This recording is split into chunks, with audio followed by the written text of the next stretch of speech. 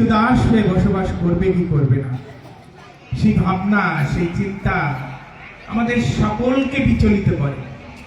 এটা আমি বুঝি। কেউ মুখ ফুটে বলুক আর না বলুক, আমি জানি যে এই ভাবনা, এই অস্তিত্বের সংকটে আমরা সকলেই ভুগছি। আমি তাই বলেছিলাম, বড় জোরে বলেছিলাম যে আমি হয়তো কিছুই করতে পারবো না, কিন্তু আমি তিলে তিলে নিজেকে প্রস্তুত করেছি এই সংকট নিরসনের জন্য একটা অধিকার আন্দোলন গড়ে তোলা। নিজেকে প্রস্তুত না করলে তো অন্যকে প্রস্তুত করা যায় না। আমি তাই নিজেকে প্রস্তুত করেছিলাম, কিন্তু আমার এই গণদেবতা, আমার এই অর্ঘ্য গ্রহণ করেনি। তার কারণ আছে। আপনি যখন দেবতার চরণে অর্ঘ্য নিবেদন করেন, তখন বাগানের সেরা ফুল আপনি দেবতার চরণে নিবেদন করেন। আমি তো এই বাগানের সেরা ফুল হতে পারিনি, তাই গণদেবতার চরণে আমি নিবেদন হয়ে, আমি অর্ঘ্য হয়ে সেখানে নিবেদিত হতে পারলাম না। এ আমার অক্ষমতা। আমার এই অক্ষমতা দূর করার জন্য আমি আরো সাধনা করব, আমি আরো নিচে নামবো, আমি আরো অপমানিত হব, কিন্তু আমার প্রতিজ্ঞা, আমি এই গণদেবতার বেদিমূলে নিজেকে উৎসর্গ করতে চাই। একদিন না একদিন এই গণদেবতা আমাকে গ্রহণ করবে। এই প্রস্তুতি আমার আজকের না। আপনারা সকলে বীরেন বিশ্বাসকে চেনেন। তিনি যখন মারা যান, সৌভাগ্যক্রমে তিনি তার 33 দিন আগে আমাকে নিয়ে গিয়েছিলেন। আমার জীবনটা ঠিক এরকম হতো না যদি না বীরেন বিশ্বাস তার কাছে আমাকে ডাকতেন। আমি তার কাছে গিয়েছিলাম। বলে না, পরশ পাথরের স্পর্শে কত কিছু হয়ে যায়। বীরেন বিশ্বাস আমার জীবনে পরশ পাথর।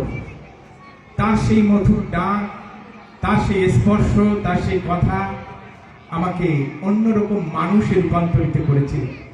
সেই দিন থেকে তিনি যখন মৃত্যুর করে ঢলে পড়েন, তারপরের থেকে আমি সেই অল্প বয়সে আবেগে আমি প্রতিজ্ঞা করেছিলাম তার আদর্শের কথা আমি এই সমাজের বুকে ছড়িয়ে দেব। তিনি যা করতে চেয়েছিলেন, যা করতে পারেননি, সেই কথাগুলো আমি সকলের কাছে গিয়ে গিয়ে বলব। আমি তার অসমাপ্ত কাজ সমাপ্ত করতে পারবো, এই দাবি আমি করব না, কিন্তু তার যে কাজ, তার যে আকাঙ্ক্ষা আজ অতীত আত্মা হয়ে ঘুরে বেড়ায়, সেই কথাটি আমি সকলের কাছে বলবো। এই 12ই ফেব্রুয়ারির নির্বাচন এটা উপলক্ষ, এটা আমার লক্ষ্য নয়, এটা একটি উপলক্ষ। এই উপলক্ষকে কেন্দ্র করে আপনাদের কাছে আমি এলাম। আমাকে অর্ঘ্য হিসেবে গণদেবতার বেদিমূলে উৎসর্গ করতে চেয়েছিলাম।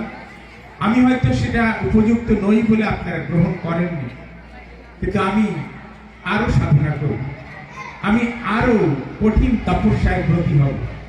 এই যে নিমাই সন্ন্যাস নিল মায়ের কাছ থেকে, সেটা কিন্তু আমরা যেভাবে দেখি তার চাইতেও আরো গভীরভাবে উপলব্ধি করার বিষয়। নিমাই তার স্বর্গে যাওয়ার জন্য সন্ন্যাস নেননি। নিমাই সন্ন্যাস নিয়েছিলেন এই সমাজকে, এই ধর্মকে, এই সংস্কৃতিকে রক্ষা করার জন্য। কিন্তু সেটাকে তিনি এত তীব্রভাবে লড়াই করেছিলেন যে সেটা সহ্য করতে না পেরে তাকে কি করেছিল তা সারা পৃথিবীতে গবেষণা করা হচ্ছে। আমি জানি না আমার ভাগ্যে সেই রকম কিছু আছে কিনা, কিন্তু সেরকম কিছু থাকেও তারপরেও আমি পিছু পা হব না। আমি যে সমাজে জন্মেছি, যে সমাজে বড় হয়েছি, সেই সমাজ এইভাবে ধুকে ধুকে মরবে, এইভাবে ক্রমশ অধিকারহীন হবে, এ আমি মেনে নেব না, কিছুতেই মেনে নেব না। আমি আমার সমস্ত অস্তিত্ব দিয়ে, ওই যে একটা গল্প পড়েছি না, দধিচি, সে তার সমস্ত সাধনা দিয়ে, তার হাড় দিয়ে বর্ম তৈরি করেছিল এই সৃষ্টিকে রক্ষা করার জন্য। আমি যদি পারি দধিচির মতন সাধনা করি, আমি নিজেকে বর্ম তৈরি করব আপনাদের রক্ষা করার জন্য। আজকে আমি স্বতন্ত্র প্রার্থী হয়েছি, ফুটবল প্রতীক পেয়েছি, এটি উপলক্ষ। এই ফুটবল প্রতীক আপনাদের উদ্দেশ্যে আমি নিবেদন করে গেলাম। এর জয় পরাজয় সবকিছু আপনাদের হাতে, কিন্তু আপনাদের কাছে আমি জয়ের জন্য আশীর্বাদ চাইতে আসিনি। আমি আপনাদের জন্য কাছে আশীর্বাদ চাইতে এসেছি। এই সমাজের দুঃখ, বেদনা, লাঞ্ছনা, এই সমাজের যে শোষণ, বঞ্চনা, অবসান করার জন্য আমি যেন সারা জীবন সংগ্রাম করে যেতে পারি। যে কাজটি বীরেন বিশ্বাস শুরু করেছিলেন সেই কাজটি অসমাপ্ত রয়ে গেছে। সেই অসমাপ্ত কাজ আমি আমার জীবন দিয়ে হলেও আমি এগিয়ে নিয়ে যাব। আমি হয়তো পারবো না, আমি হয়তো অযোগ্য, আমি হয়তো বাগানের সেরা ফুল নই, কিন্তু আমি চেষ্টা করে যাব। আমি এই প্রতিজ্ঞাই করেছি। আপনারা যারা পিতৃগণ আছেন, মাতৃগণ আছেন, আপনারা আমাকে আশীর্বাদ করবেন। আপনারা আমাকে আশীর্বাদ করতে ভুল করবেন না। আমি এই নির্বাচনে কোনো দলের বিরুদ্ধে প্রার্থী হয়ে নেই। এই নির্বাচনে আমি কোনো দলের পক্ষেও প্রার্থী হয়ে নেই। এই নির্বাচনে আমি প্রার্থী হয়েছি আমার মানুষের পক্ষে।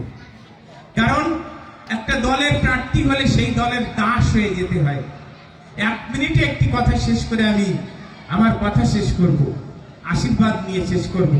সেটি হচ্ছে কার্তিক ঠাকুরের নাম আপনারা শুনেছেন। তিনি চেষ্টা করেছিলেন এই সমাজের অধিকার পুনরুদ্ধারের জন্য। 1991 সালে তিনি সেই চেষ্টার একটা অংশ হিসাবে বিএনপির সর্বোচ্চ নেতৃত্বের সাথে যোগাযোগ করেছিলেন।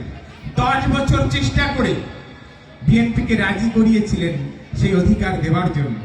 কিন্তু দুর্ভাগ্যজনক হলো সত্য, রাজনীতি তো এত জটিল জিনিস, একেবারে দ্বার প্রান্তে গিয়ে তিনি সেই অধিকারটি আদায় করতে পারেননি। আমার সঙ্গে তার একটা গভীর সম্পর্ক ছিল সেই বীরেন বিশ্বাসের কারণে।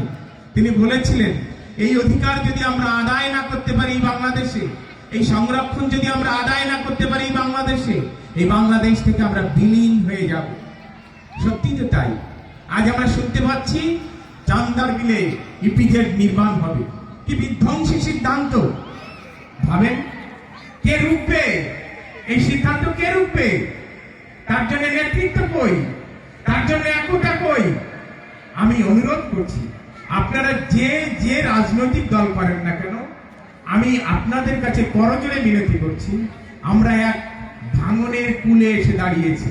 আসুন আমরা ঐক্যবদ্ধ হই এই জনপদকে রক্ষা করার জন্য, এই জনগোষ্ঠীকে রক্ষা করার জন্য, এই জনগোষ্ঠীর অধিকারহীনতা, এই জনগোষ্ঠীর শোষণ বঞ্চনার অবসান ঘটানোর জন্য আসুন আরেকবার আমরা ঐক্যবদ্ধ হই।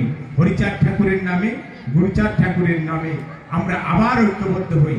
সেই ঐক্যবদ্ধ হওয়ার ক্ষেত্রে আমি আপনাদের সন্তান হিসাবে যতটুকু দায়িত্ব আমাকে দেবেন, আমি ততটুকু দায়িত্ব মনে প্রাণে পালন করার চেষ্টা করব। তার মধ্যে কোনো খুঁত থাকবে না, কোনো অপমান অভিমান আমাকে সেখান থেকে নড়াতে পারবে না। আপনারা আমাকে আশীর্বাদ করুন, আমি যেন এই সমাজের বঞ্চনার অবসান ঘটানোর জন্য আমার জীবনটাকে আমি উৎসর্গ করতে পারি। আমার কোনো পিছু টান নাই। আমি যেন এই কাজটি করার ক্ষেত্রে আপনাদের আশীর্বাদ নিয়ে আগামী দিনে যতদিন বেঁচে থাকি, আমার শেষ নিঃশ্বাস প্রবাহিত হওয়া পর্যন্ত আমি যেন এই সমাজের অধিকারের সংগ্রাম করে যেতে পারি। আপনারা এই আশীর্বাদ করুন, এইটাই আমার চাওয়া। 12 তারিখ মূলত ফুটবল আপনাদের বিষয়।